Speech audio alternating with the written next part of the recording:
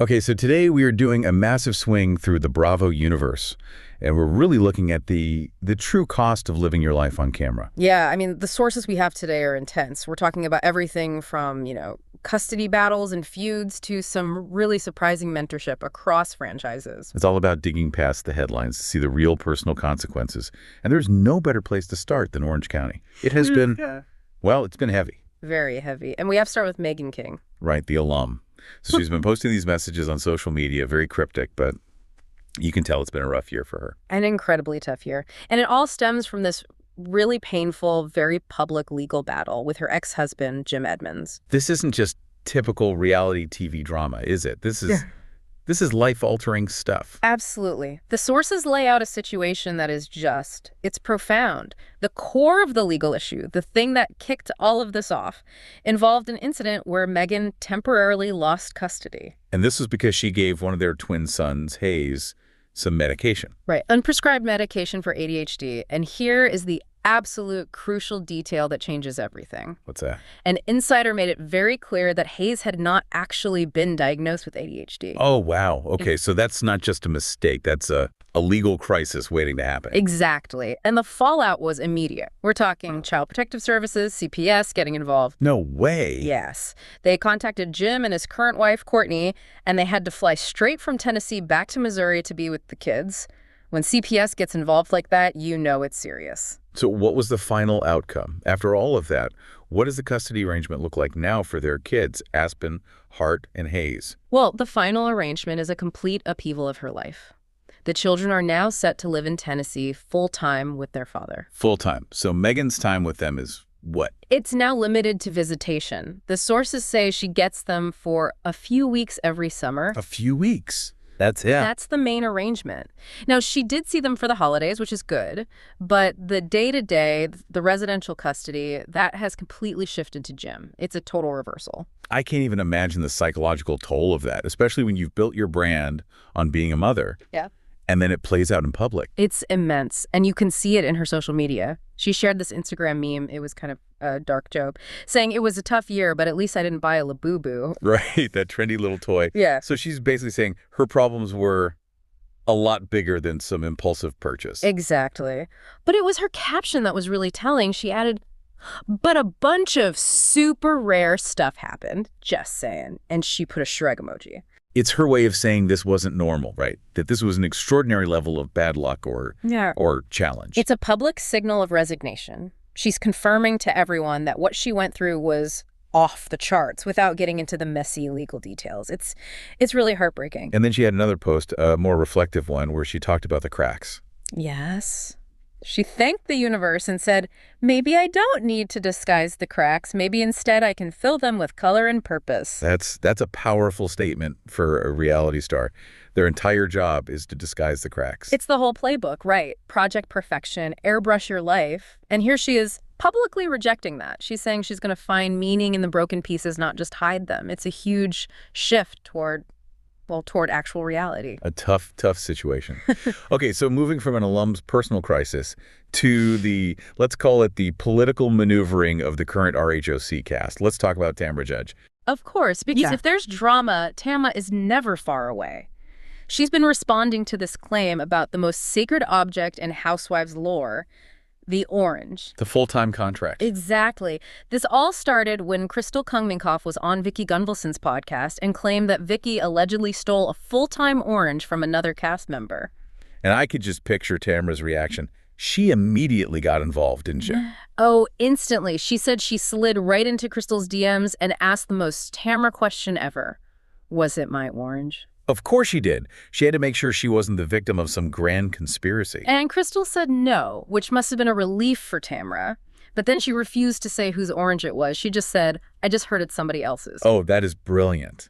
She just created a brand new piece of franchise lore, the mystery of the stolen orange. And it keeps everyone guessing. But Tamra, she can't resist a good dig. She used the moment to take a shot at Gretchen Rossi. What did she say? She quipped that Gretchen doesn't even have a Clementine. Ouch. That's cold. Basically saying she's not even in the running for part-time status. It's a classic power move. But moving on to something much more significant for the show, Tamra talked a lot about her broken friendship with Shannon Beador. This has been a huge storyline. The breakdown really seemed to happen around the time of Shannon's DUI arrest. It did. And Tamra really laid out her case for why she felt so betrayed. She said she was being incredibly supportive, even walking the BravoCon red carpet with Shannon to show a united front. A very public display of support. Very. But then she found out that behind the scenes, Shannon was saying pretty horrible things about her. For Tamra, that hypocrisy public friend, private enemy was the ultimate betrayal. It's the core conflict of these shows, isn't it? Public image versus private reality. Did Tamra acknowledge her own part in it? I mean, she said some pretty harsh things, too. She did, to an extent. She admitted that calling Shannon a drunk wasn't nice. But she immediately pivoted, saying her frustration came from Shannon refusing to own anything that they've done. Okay, so that's her justification. Yeah. That Shannon's lack of accountability is the real problem. And that's such a key dynamic. The show demands they be real, but their own self-preservation demands they control the narrative. Tamra sees Shannon's behavior as a character flaw, while Shannon is probably just trying to manage the public fallout from her arrest. But isn't it a little, I don't know, ironic? Tamra accusing someone of manipulation and not owning their actions, she's faced those same accusations for years. That is the critical lens you have to view this through. Is she giving us a true insight, or is she just projecting her own behavior onto Shannon? She even took it a step further. How so? She claimed that the rift between herself and Vicky was also Sharon's fault. She accused Shannon of trying to divide and conquer the Tres Amigas. She was adamant that she didn't turn on Vicky, effectively rewriting history to paint Shannon as the sole manipulator. So in Tamra's world, Shannon is the villain behind the collapse of the Tres Amigas. That's the narrative she's pushing. Yeah. And speaking of the Tres Amigas, she also explained why their tour got canceled right after the DUI. Yeah, the timing on that was noticeable. Tamra said she felt it just wasn't the right time, that Shannon needed to take a beat and kind of absorb what just happened, which, sounds like a mix of genuine concern and just good business sense. You can't really go on a fun party tour right after a DUI. The optics would be terrible. An absolute disaster.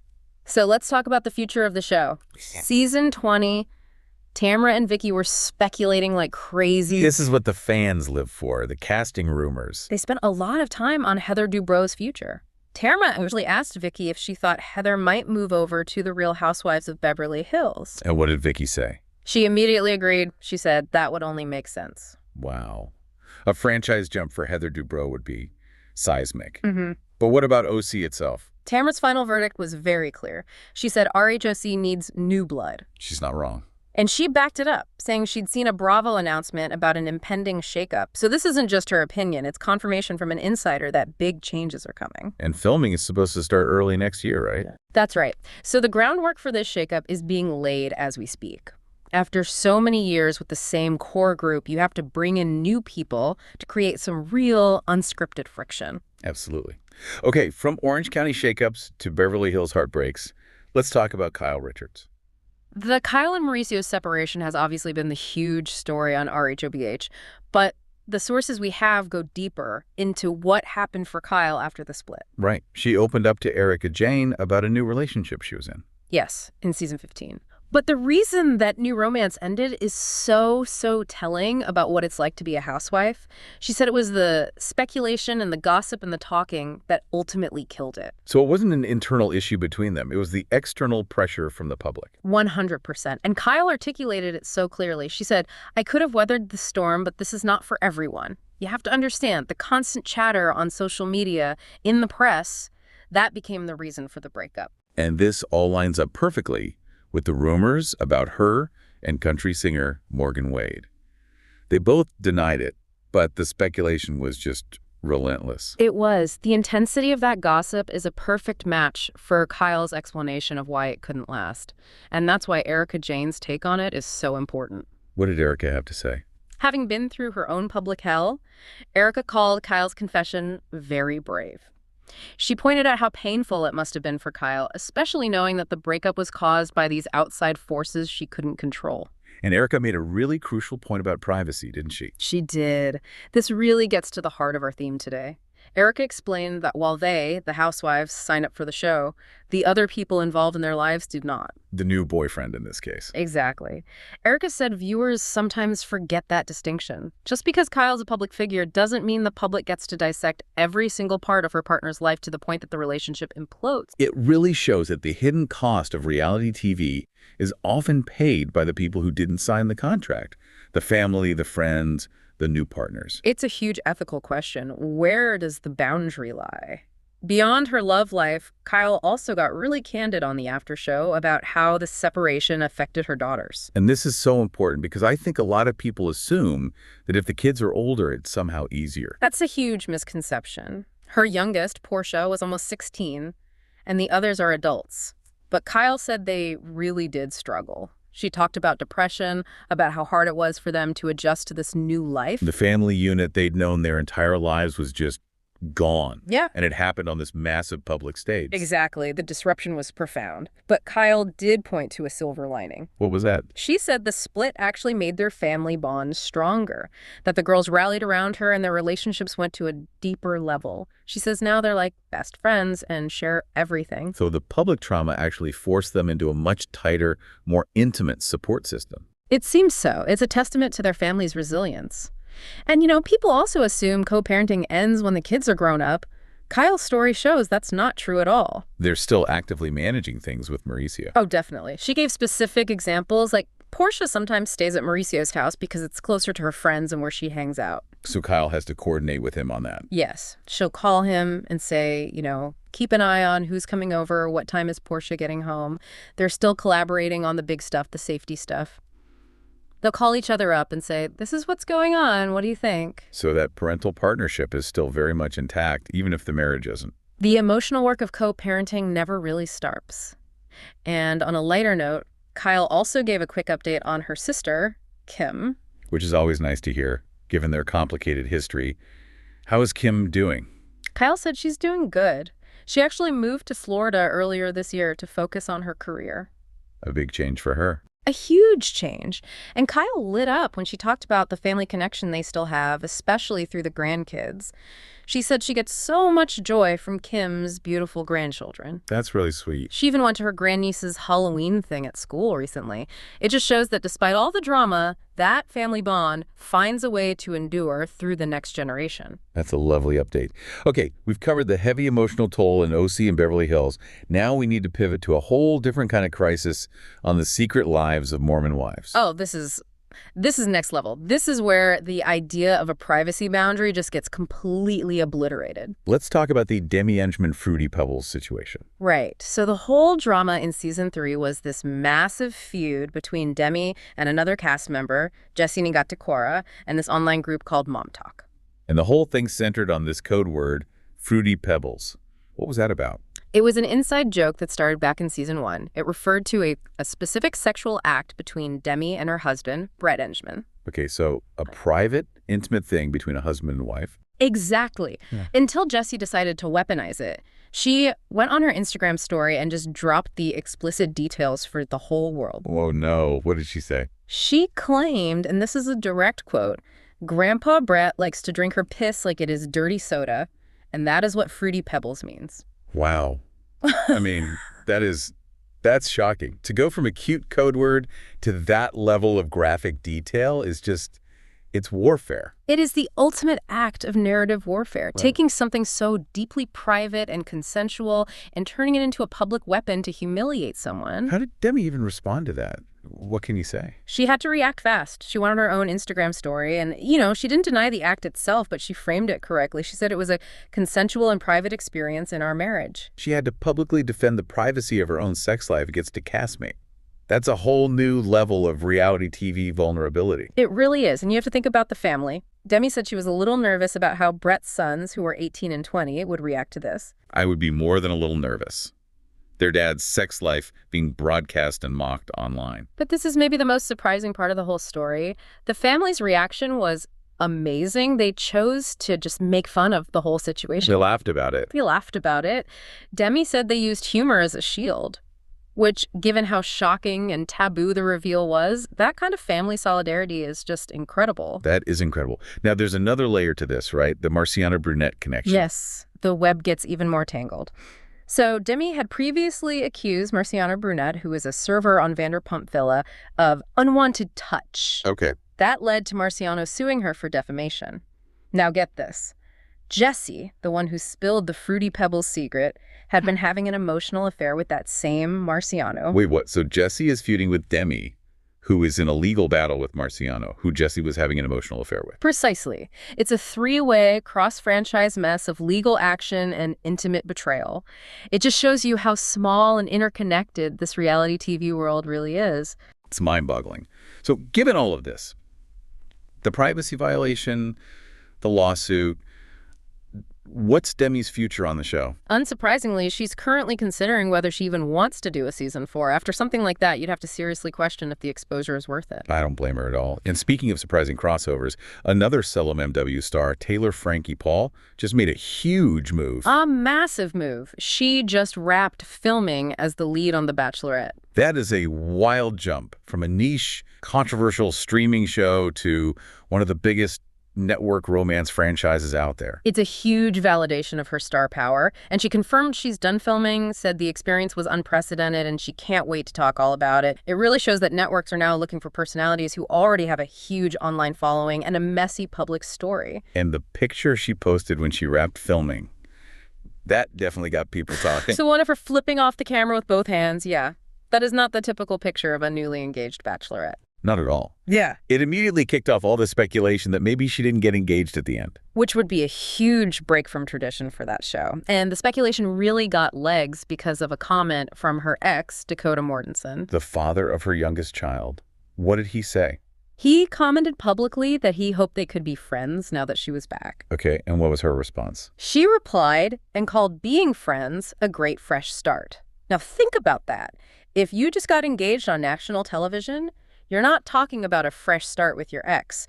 You're shouting about your new fiancé from the rooftops. It strongly suggests that she did not have a traditional fairy tale ending. Exactly. It points to a non-traditional, maybe even an uncommitted outcome, which, given her history, makes a lot of sense. How did she even get cast? She's so not the typical bachelorette. She actually talked about it on Call Her Daddy. She said production reached out to her, which shocked her. She thinks fans were pushing for it because her public relationship with Dakota was so messy. So the producers were actively looking to capitalize on her existing drama. 100%.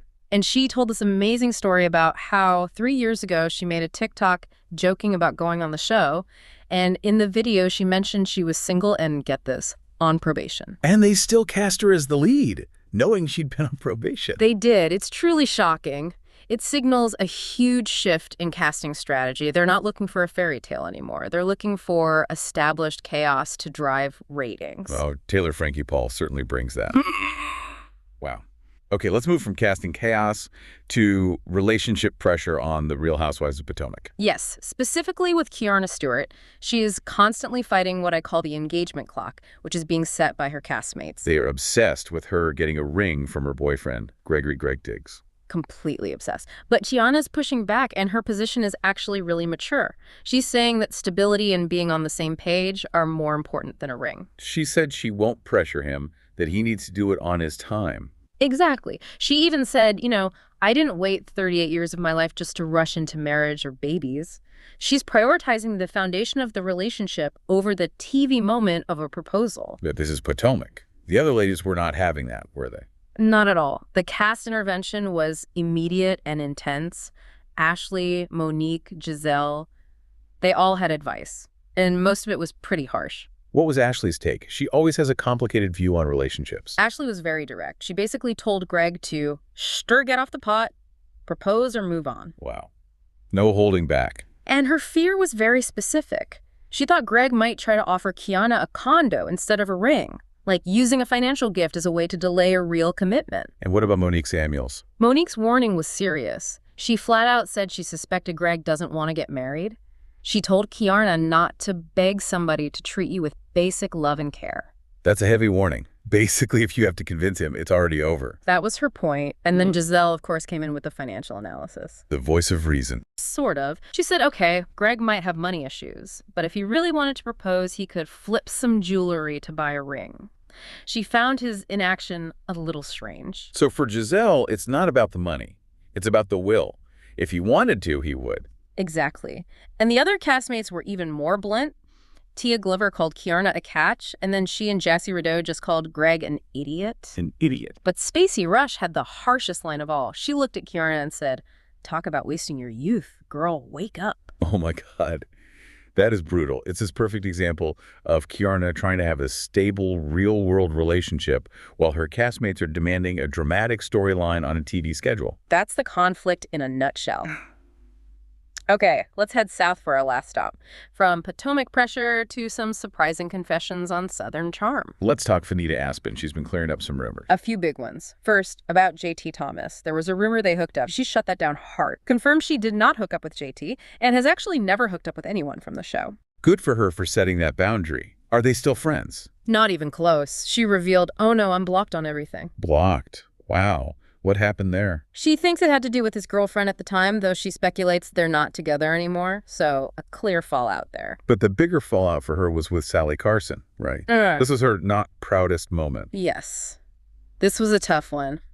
Vanita admitted she told Sally a private story about Molly O'Connell having had vaginal rejuvenation. And Sally immediately spread it to everyone else. Immediately. Vanita tried to explain that she thought it was just a casual girlfriend conversation. She didn't expect it to become public knowledge within their circle. A tough lesson in reality TV trust. Yeah. You can't have a casual conversation when the cameras are around, or even when they're not. For sure. Vanita said she feels really bad about it and did apologize. As for her and Sally, she says they're working on it. Now, Vanita was also really against Sally dating Craig Conover. Why was she so passionate about that? She was in full protection mode. She just thought Craig was a bad egg and didn't want to see her friend get hurt. She didn't think he was serious about Sally. Not at all. In fact, she made a really strong claim. She said she believes Craig was 1,000% more interested in another woman, Charlie Manley, than he ever was in Sally. So she thought Sally was just being used as part of a storyline. That was her fear. And this all leads us to the most surprising story we have today. A moment that literally saved Vanita's reality TV career. Okay, I can't wait to hear this. Vanita revealed that after her first full-time season, she was ready to quit Southern Charm. Really? Why? The online hate. The cruelty from viewers was so intense. She said her brain couldn't handle it. It was destroying her mental health. That's awful. So what changed her mind? What convinced her to stay for 5 more years? She ran into Sutton Strack from RHOBH at the Charleston airport. No way. A random airport encounter. A totally random encounter at baggage claim. Vanita was nervous but went up to her, and Sutton was apparently a fan, had even been sending her DMs. That's amazing. So what was the advice? What did Sutton say? Sutton told her, no, you have to go back. You got to show them that they didn't win. Wow. And that one sentence just reframed everything for Vanita. It turned staying on the show from an act of enduring pain into an act of defiance against the trolls. It gave her the motivation to go back. A truly powerful moment of cross-franchise mentorship.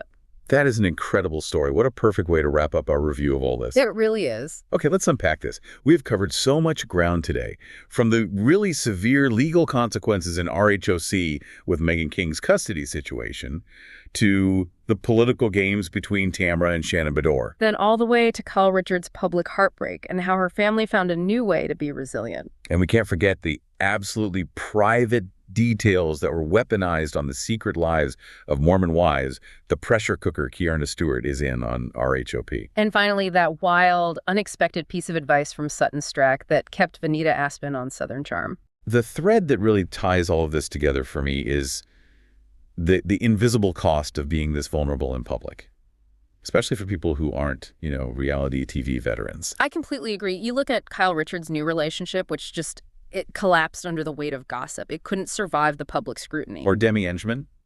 Her consensual private marital life was just broadcast to the world as a weapon by a castmate. And Kierna Stewart is constantly having to defend her real-life relationship timeline against her castmates who want a TV-friendly proposal on their schedule. It's stability versus spectacle. It feels like there's this constant demand for these stars to share more and more and more to give us that reality. But the consequences, the damage to real relationships, loss of privacy, the mental toll that Vinita talked about, that's all very real. And it's often paid by the people who didn't sign up for it, the supporting partners, the family, the kids. Erika Jane's point was so spot on. Kyle's love interest didn't sign up for the storm, and the storm destroyed the relationship. So it leaves a big question for you, the listener, as you're watching these shows. If the price of reality is the destruction of people's actual private lives and their well-being, where should we draw the line? How much are we entitled to know? And what responsibility do these castmates have when they choose to use these intensely private details as weapons, knowing the huge platform they have? It's that tension that makes for great drama, but it can absolutely crush the people behind the camera. Definitely something to think about. We've given you the shortcut to being up to speed on some of the biggest and most complicated stories in the reality TV world right now. Thank you for joining us for this deep dive into the sources. We covered a lot of ground today, seeking insight amidst the chaos. Don't forget to subscribe to Reality TV Podcast and Clips so you never miss another deep dive. We'll catch you next time.